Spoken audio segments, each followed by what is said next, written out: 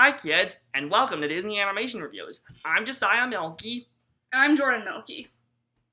And I am just bubbling with excitement. Not only did Jordan and I see Disney and Pixar's new movie Incredibles 2 when it opened yesterday, which was amazing by the way. Woo! But, as evidenced by Jordan's Princess Crown, we are starting the Silver Age era of Disney feature animation, starting with Walt Disney's 12th animated feature film classic, Cinderella. Based off the fairy tale by Charles Perrault. Walt actually was very familiar with the Cinderella story and had done a lapogram short based off the film in the 1920s and was planning to adapt it as a silly symphony in the 30s, but it never came to fruition. In the 40s, the mid-40s, they started working on adapting Cinderella as a feature film. Walt involved himself as best he could, but the animators and story guys were largely on their own for this one, as Walt spent most of the mid-40s working on his first live-action movie, Song of the South. At that time, the Disney studio was $4 million in debt from financial failures of Pinocchio, Fantasia, and Bambi during World War II. And had Cinderella failed, I think that the Disney studio might very well have shut down their animation division. Thankfully, Cinderella wasn't a box office flop. It was a box office success and got really good critical reception. Released in 1950, the same year as Walt Disney's first all-live-action film, Treasure Island. I say all-live-action because previous live-action efforts like Song of the South and So Dear to My Heart had animated parts in them. Okay. But Cinderella came out in 1950 and is regarded by many to be a classic.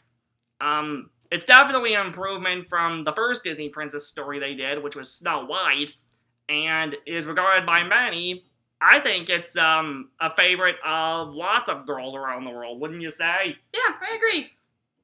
So here's the story of Cinderella. Starting with narration, at the beginning, we're told that Cinderella lives in a stately chateau in a little kingdom with her father, who's a widower. Her mother passed away from unknown reasons. Right. Although she has everything she wants, her father feels she needs a mom, so he remarries Lady Tremaine, who has two daughters Cinderella's age, Anastasia and Drizella. But after the death of her father, the stepmother's true nature is revealed. She is cold, cruel, and jealous of Cinderella's charm and beauty. So she dresses the girl in rags and forces her to work as a servant for herself, the stepmother, and the two sisters. Kind of like Snow White, working for her stepmother, the Queen. But Cinderella doesn't complain. She believes that someday her dreams of happiness will come true. Something that my friend Rachel Wagner said when she reviewed this movie is something that people get wrong about Cinderella is she's too sweet and kind and relies on a prince to rescue her. That's not true because Cinderella's a strong, independent person all on her own.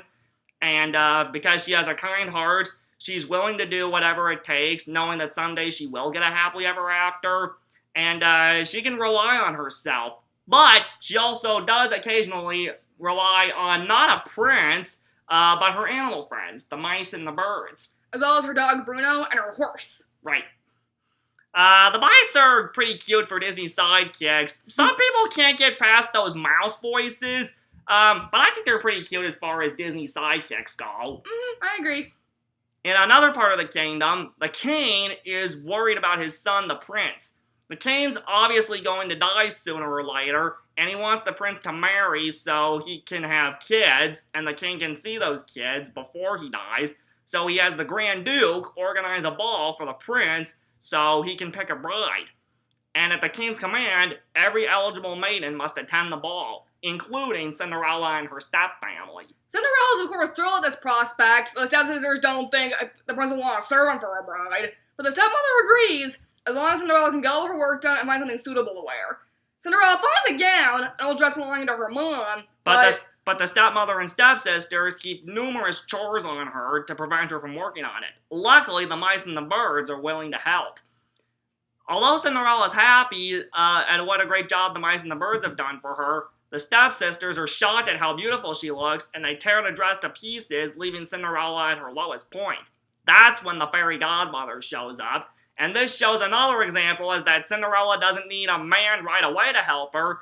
She has her animal friends, and now she has her fairy godmother. One of the first Disney fairies ever made, other than the blue fairy in Pinocchio. And other fairies were in other Disney films, like Sleeping Beauty. Right? And then, of course, we had Tinkerbell a few years later, but that's another story. Right. The fairy godmother transforms a pumpkin into a coach, the mice into horses, and transforms Cinderella's tattered dress into a beautiful silver gown. Walt Disney has stated, or animators have stated, that Walt Disney's favorite piece of animation from anything he worked on was the transformation of Cinderella's dress. I have to agree, that animation sure looks pretty. And probably one of the most iconic items in the film are Cinderella's magic glass slippers. That's right. The fairy godmother warns her that on the stroke of midnight, the spell will be broken and everything will go back to the way it was. But for the time being, Cinderella can go to the ball and meet the prince. They fall instantly in love and dance together, but of course she has to leave at the stroke of midnight. And as we all know, she accidentally leaves behind a glass slipper on her way out, leading to the climax of the film where the prince has to find the maiden whose foot fits the slipper, and she shall be his bride. Does Cinderella live happily ever after? Well, if you haven't seen the movie yet, we'll let you watch it to see for yourself. Yeah. Cinderella, I'd say, is definitely an improvement over Snow White. While the Seven Dwarfs were great comic relief, Snow White herself wasn't really that strong of a character. She was too trusting of people, which led to her downfall when she ate the poisoned apple, and her voice sounds like a little kid no matter who voices her. But Cinderella is a bit stronger in terms of personality, because she's willing to stand up for herself and not complain, even with all the work her stepfamily piles on her and how harsh they treat her. And instead of a prince, she's got her animal friends and the fairy godmother to help her when things get bad. Not to mention, the movie has a great voice cast. Eileen Woods, who's the voice of Cinderella, some of the songwriters, Matt David and Jerry Livingston, knew her from her radio show.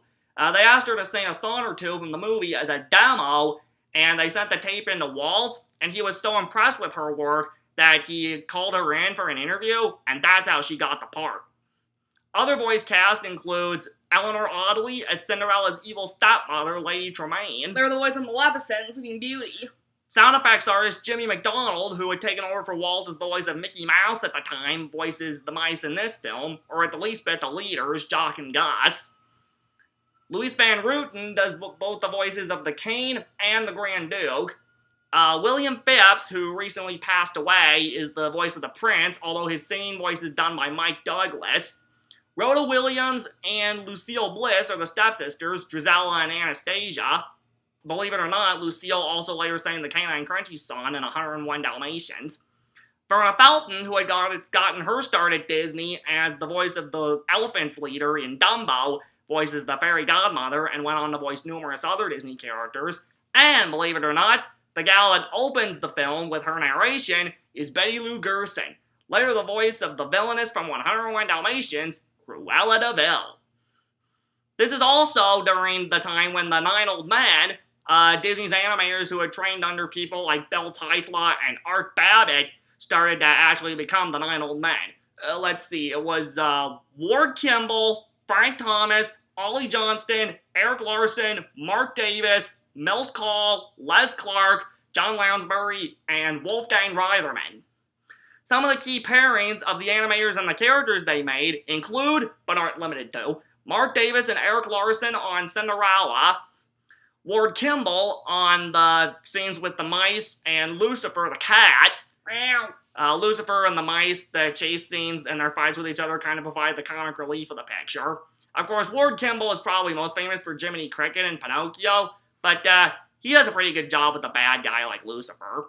Let's see, Milt Kahl did the fairy godmother, and Frank Thomas did the stepmother, and Ollie Johnston the stepsisters, which is surprising considering the fact that previously they were the animators on good guys like Pinocchio and Bambi.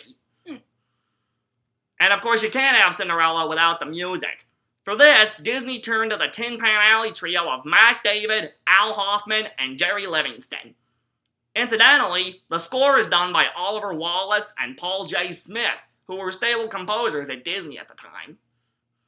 The songs in Cinderella are fantastic. From Cinderella's opening, A Dream is a Wish Your Heart Makes, to the mice work song, Cinderella, Cinderella, and of course the most popular song, the fairy godmother's Bibbidi Bobbidi Boo. The music in Cinderella, and actually the sound of Cinderella, earned the film 3 Academy Award nominations, all for music and sound.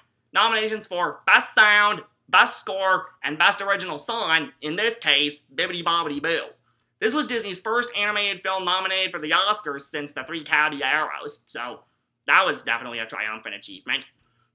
Overall, Cinderella is a classic. If you haven't seen it, get off your butt and go and watch it. You'll love it, trust me. So let's talk about the home video release. In the case of Cinderella, its latest home video release was its Diamond Edition Blu-ray and DVD release in fall of 2012, featuring a lot of bonus features carried over from the 2005 Platinum Edition DVD release, like a 38-minute behind-the-scenes feature, deleted scenes, and songs, and more featurettes, including one on the work of Mary Blair, who was a great designer at Disney. New bonus features for the Diamond Edition include new featurettes, including a look at the expansion to Fantasyland that they did at Walt Disney World a few years back, an alternate opening, and Tangled Ever After, the short film sequel to Tangled, previously released in theaters earlier in 2012 with the 3D re-release of Beauty and the Beast. But we'll get to that when we get to the movie Tangled. So how did Cinderella grow as a franchise? Years later, it had a direct-to-video sequel, Cinderella 2 Dreams Come True, at the end of February 2002. If you like it because you're a little girl and you love princess stuff, more power to you. But for most of us, Cinderella 2 Dreams Come True is one of the worst, if not the worst, direct-to-video sequel that Disney has ever made. First of all, the animation is way below the animation of the first movie. Second of all, none of the original voice actors come back, because this was years later, and at this point, all the main voice actors were either dead or were too old to reprise their roles. And third, the storyline really isn't all that good, because it's the mice and the fairy godmother putting together a book of some stories that have taken place after Cinderella's Happily Ever After. And a lot of critics complain it feels like they took 3 stories from an unsuccessful TV series and strung them together to make the movie. That's also what they said about Beauty and the Beast, Belle's Magical World, and later about Atlantis, Milo's Return, because those had similar formats. I don't know. I rewatched it a few years ago, and it was decent. I'm sure little kids will like it, and especially little girls, but the story itself really isn't all that good. The only good thing about it, in my opinion, is the music. New songs sung by Brooke Allison, and even that's saying something, because the songs in this film aren't as good as the first one. But in February 2007, nearly 5 years later, Cinderella had a better direct-to-video sequel, Cinderella 3, A Twist in Time, where the stepmother and stepsisters get a hold of Fairy Godmother's magic wand and turn back time so that Cinderella doesn't get her happily ever after, and Cinderella and her friends have to fix this mess. Now that's a better direct-to-DVD sequel from Disney.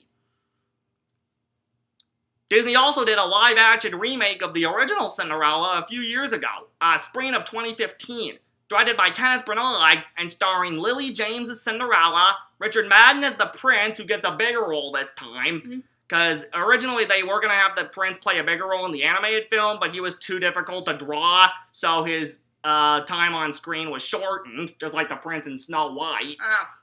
But it was Lily James as Cinderella, Richard Madden as the prince, Cate Blanchett as the evil stepmother, and Helena Bonham Carter as the fairy godmother. The live-action Cinderella is also really good, and received an Academy Award nomination for Best Costume Design. I'd say my favorite costume in that movie was Cinderella's ball gown, and my favorite prop was the pumpkin coach. Yeah, I like the dress, but also Cinderella's wedding dress at the end. So that's our thoughts on Cinderella. Definitely better than Snow White, like I said. I'd say this is probably the best of the 3 classic Disney princess films, wouldn't you say? So if you haven't seen Cinderella yet, or haven't seen it in a while, definitely check it out. You'll love it, trust me. Well, we're out of time for today. Remember, when you wish upon a star, your dreams come true. Bye! Bye!